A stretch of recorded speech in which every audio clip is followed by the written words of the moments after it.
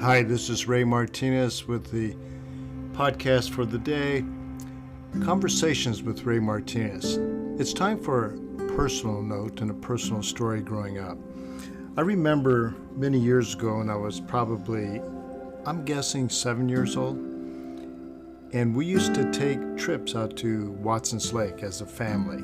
And a lot of times it was because our family from Denver or Wyoming were up here, and we'd go to Watson's Lake and have a big picnic and just celebrate together.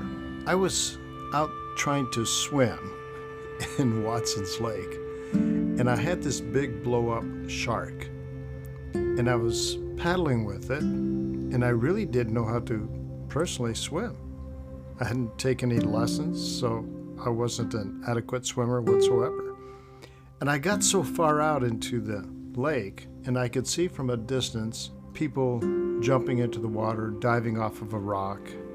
I remember in particular watching my dad dive off one of the rocks, and I've never seen him actually swim. This is the first time I actually seen him swimming, and he dove into the water. And I remember John Moore and Aunt Belle and the kids, a lot of them were up there from Denver, and just enjoying ourselves. Well, while I was paddling in the water, all of a sudden I slipped off the shark and I went underneath, and I suddenly realized I was in real trouble.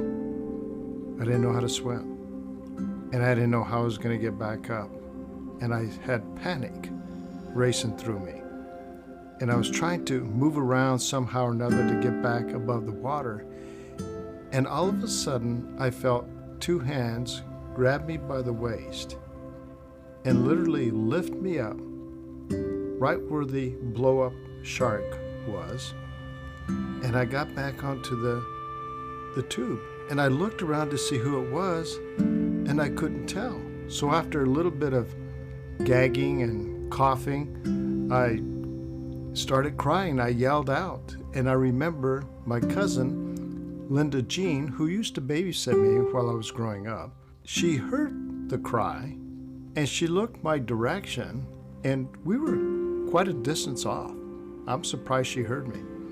But she heard the cry. I saw her dive into the water, and she swam out to me, and she helped me get back and stay on that tube, this toy shark. She helped me swim back to the shore, and I was really taken by all this, and I thought, what if she didn't hear me?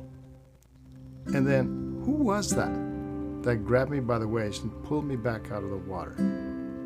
You know, at this age of my life, I've often thought, could have that been an angel rescuing me till Linda Jean came out? I'm going to assume that, because there was no one else around. And for Linda Jean to hear me from that distance, yelling for help, was pretty remarkable.